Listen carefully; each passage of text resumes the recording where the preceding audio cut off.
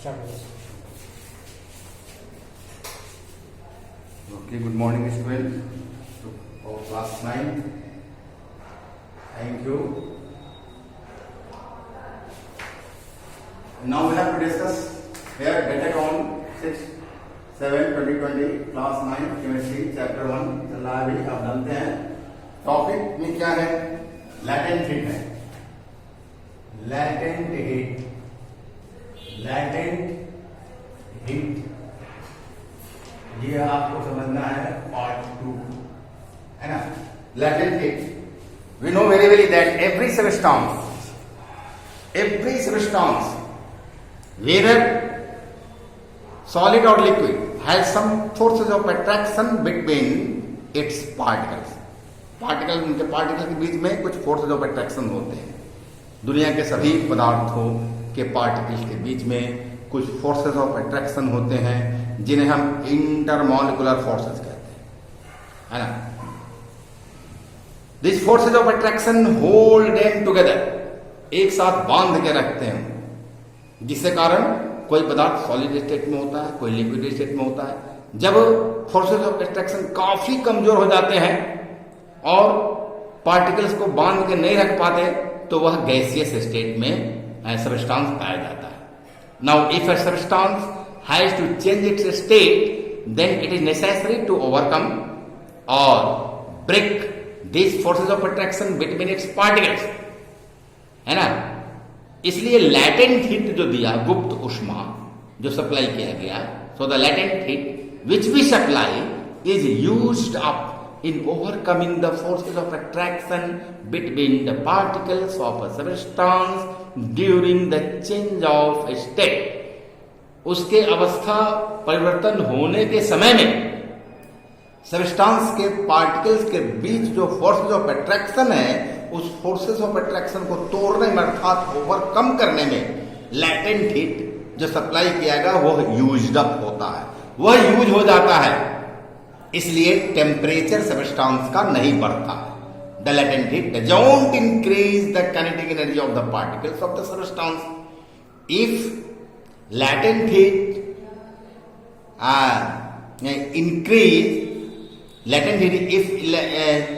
if latent heat increase the kinetic energy of the particles of the substance, then its temperature है ना rise, तब temperature rise होता। And since there is no increase in the kinetic energy of the particle, the temperature of the substance don't rise during the change of state. Now latent heat is of two types. क्या है? Latent heat is of two types. क्या देखना है? Latent heat is of two types.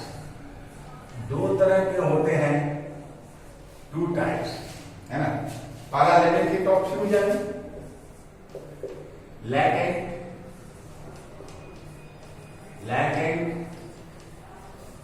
Heat of fusion, और दूसरा है latent heat of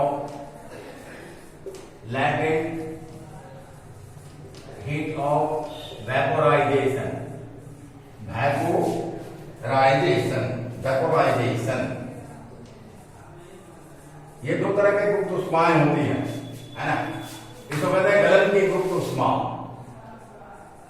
गलन की गुप्त ऊष्मा, है ना। इसको कहते हैं क्या? इसे कहते हैं वाष्पन की गुप्त ऊष्मा। वाष्पन की गुप्त ऊष्मा हिंदी में कहते हैं। तो यह बात आप समझ गए। दो तरह के लैटेंट हीट होते हैं जिनके बारे में हम लोगों को समझना है। एक है गलन की गुप्त ऊष्मा, लैटेंट हीट ऑफ फ्यूजन, और दूसरा है लैटेंट हीट ऑफ वेपोराइजेशन, वाष्पन की गुप्त ऊष्मा। हम जानते हैं कि the latent heat which we supply is used up in overcoming the forces of attraction between the particles of a substance during the change of state. The heat required to convert a solid into the liquid किसी solid को liquid में convert करने के लिए जितना ऊष्मा ऊर्जा की आवश्यकता पड़ती है, जो रिक्वायर्ड ऊष्मा ऊर्जा है ना, ये रिक्वायर्ड हीट एनर्जी है ना, उसे ही लैटेंट हीट ऑफ फ्यूजन कहा जाता है। क्या कहा जाता है? लैटेंट हीट ऑफ फ्यूजन कहा जाता है। So the heat required to convert, यहां होगा latent heat of fusion, latent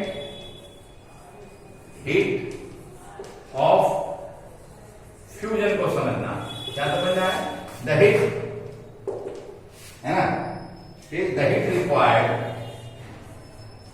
the heat required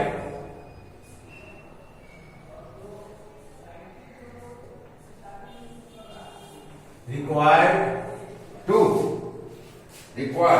convert a solid to हो गया वहां, to convert a solid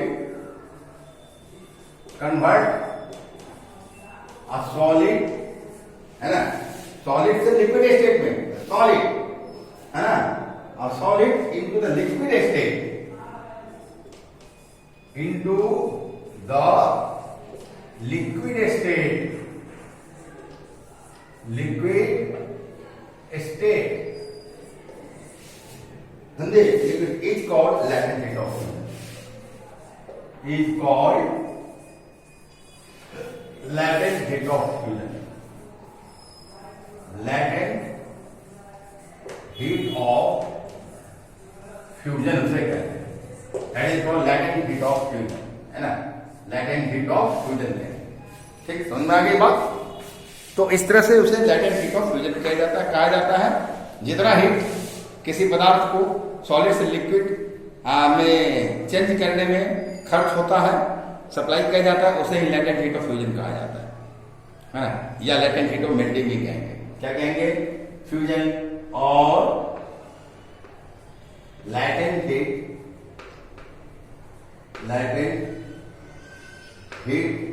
of melting भी कहेंगे, melting, ठीक है, latent heat of melting, and the heat required to convert a liquid into the vapor state or gaseous state is called latent heat of vaporization, है ना।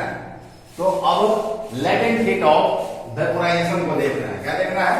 Latent heat of vaporization, इसका definition समझना। Latent heat of vaporization, vaporization क्या है? Latent heat of vaporization होता है the heat required to convert a liquid into the vapour state, the heat required the amount of heat, है ना, लिख सकते हैं the amount of heat, the amount of heat required,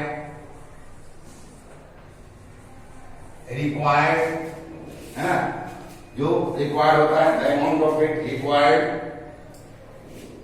है ना, to convert a liquid into vapor state, to convert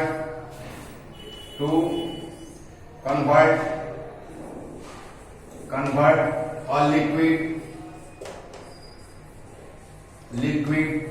into vapor state, वाष्प अवस्था, vapor state, वाष्प अवस्था, vapor state is called latent heat of vaporization। क्या कहते हैं उसको कहते हैं, है ना, latent heat of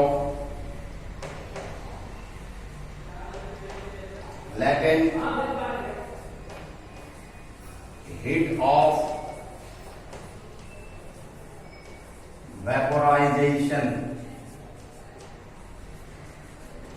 latent heat of vaporization कहेंगे। ठीक है, now we have to discuss in detail about both types of latent heats, है ना, one by one.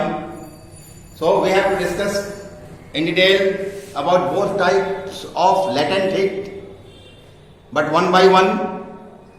So first of all we will discuss about latent heat of fusion, means solid to liquid change, and we will discuss about this topic tomorrow. And I think that this much is enough for all of you. Thank you so much, and thanks to all.